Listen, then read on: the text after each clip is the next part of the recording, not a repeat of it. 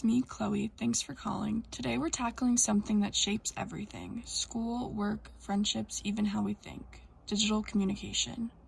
We're living in an incredible era where we can message anyone instantly, collaborate from across the globe, and learn from anywhere.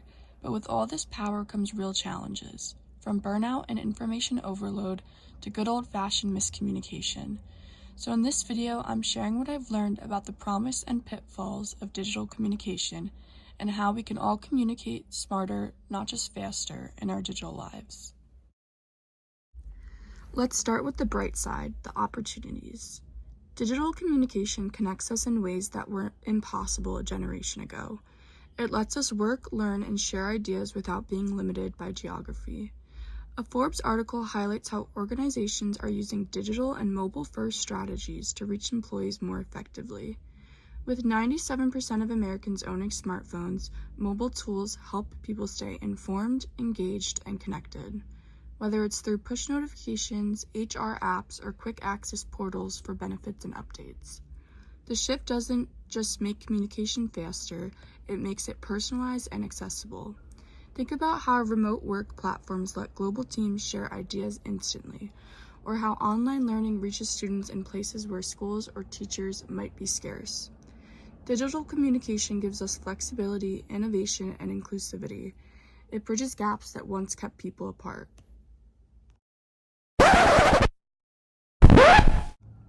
But here's the catch. With all those benefits come serious pitfalls, and one of the biggest is miscommunication. Communication expert Jim DePalma explains that digital messages often lack the nonverbal cues, such as body language, facial expression, and tone, that help us interpret meaning.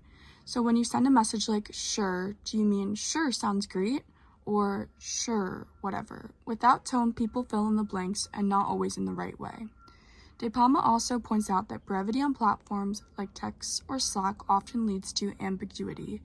We're told to keep it short, but short can also mean unclear.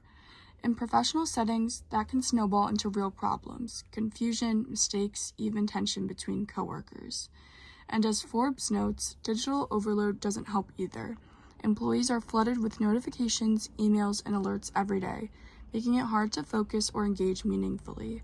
In fact, Gallup found that disengagement cost the global economy $8.9 trillion a year. That's a huge reminder that communication without connection just doesn't work. For example, take a look at these text messages. It's hard to understand the tone or the mood of the receiver and sender. So how do we thrive in this digital world instead of drowning in it? Here are a few ways we can all become better digital communicators.